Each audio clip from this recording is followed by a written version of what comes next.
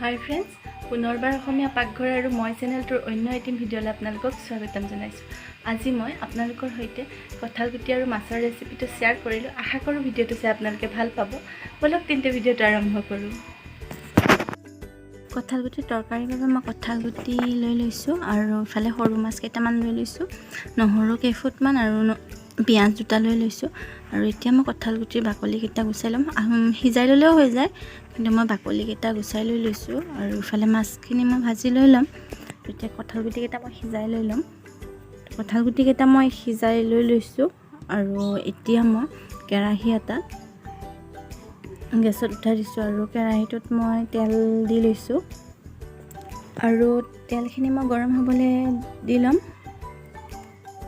তো তেলখিনি মোৰ গৰম হৈ গৈছে আৰু এতিয়া মই ইয়াতে তেজপাত দুটা দি দিছোঁ আৰু ইয়াতে মই শুকান জলকীয়া এটা দি লৈছোঁ। জলকীয়াটো আপোনালোকৰ পৰিমাণ অনুসৰি দি ল'ব। আৰু মই যি দুটা পিঁয়াজ কাটি লৈছিলোঁ, তো কাটি লোৱা পিঁয়াজ দুটা মই দি লৈছোঁ। দি লৈ মই নহৰুৰ পেষ্ট কৰি লৈছিলোঁ, তো নহৰুৰ পেষ্টখিনি দি লৈছোঁ। দি লৈ মই পিঁয়াজ আৰু নহৰুৰ কেঁচা গোন্ধটো যোৱালৈকে আৰু অকণমান ৰঙচুৱা হোৱালৈকে মই ভাজি লৈ ল'ম। পিঁয়াজখিনি মোৰ ৰঙচুৱা হৈ গৈছে আৰু ইয়াতে মই তৰকাৰীখনৰ জোখেৰে হালধি অকণ দি লৈছোঁ আৰু দি লৈ লৰাই লৈ লৈছোঁ মই এবাৰ। আৰু এতিয়া মই ইয়াতে সিজাই লোৱা কঁঠাল গুটিকেইটা, মই কঁঠাল গুটিকেইটা পিটিকি নলওঁ বা কাটিও নলওঁ, তেনেদৰে গোটা গুটিকেই দি ল'ম। আপোনালোকে যদি কাটি ল'ব বিচাৰে বা পিটিকি ল'ব বিচাৰে তেতিয়াহ'লে তেনেদৰেও ল'ব পাৰে। মই ভালদৰে লৰাই দি ল'ম কঁঠাল গুটিকেইটা। আৰু মই লৰাই দিয়াৰ পিছত ইয়াতে মই তৰকাৰীখনৰ জোখেৰে নিমখ দি লৈছোঁ। নিমখখিনি দি লৈ মই আকৌ এবাৰ লৰাই দি ল'ম।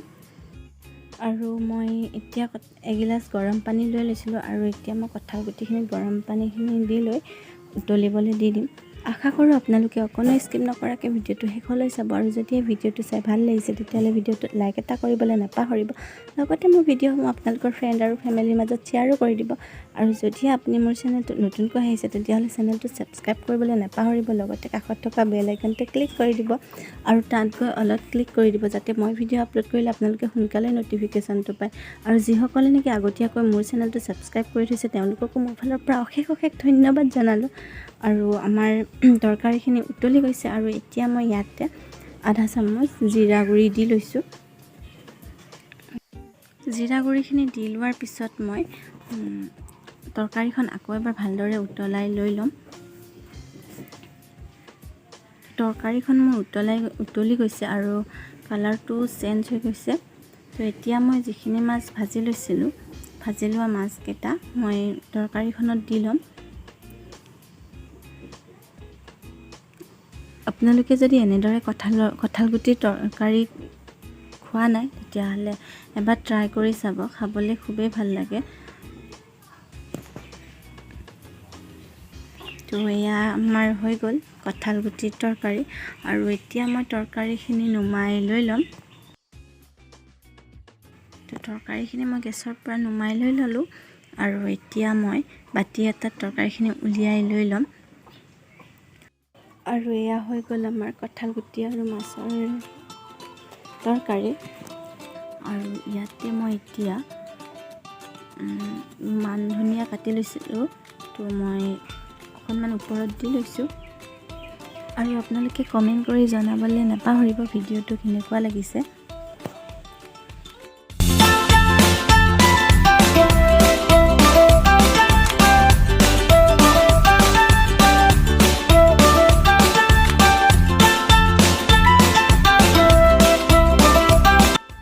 কেনেকুৱা পালে জনাবচোন। যদি ভিডিঅ'টো চাই ভাল পালে তেতিয়াহ'লে লাইক কমেণ্ট শ্বেয়াৰ আৰু লগতে চেনেলটো ছাবস্ক্ৰাইব কৰিবলৈ নাপাহৰিব। ভিডিঅ'টো চোৱাৰ বাবে আপোনালোকলৈ অশেষ ধন্যবাদ। অন্য এটি ভিডিঅ'ত লগ পোৱাৰ আশাৰে আজিলৈ বাই বাই।